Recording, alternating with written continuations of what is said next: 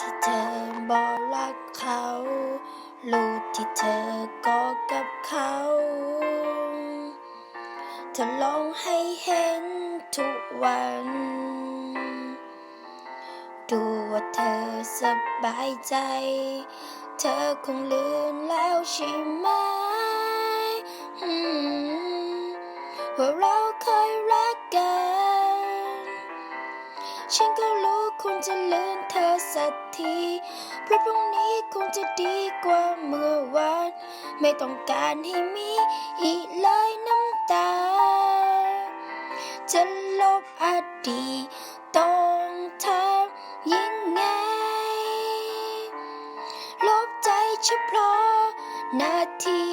ที่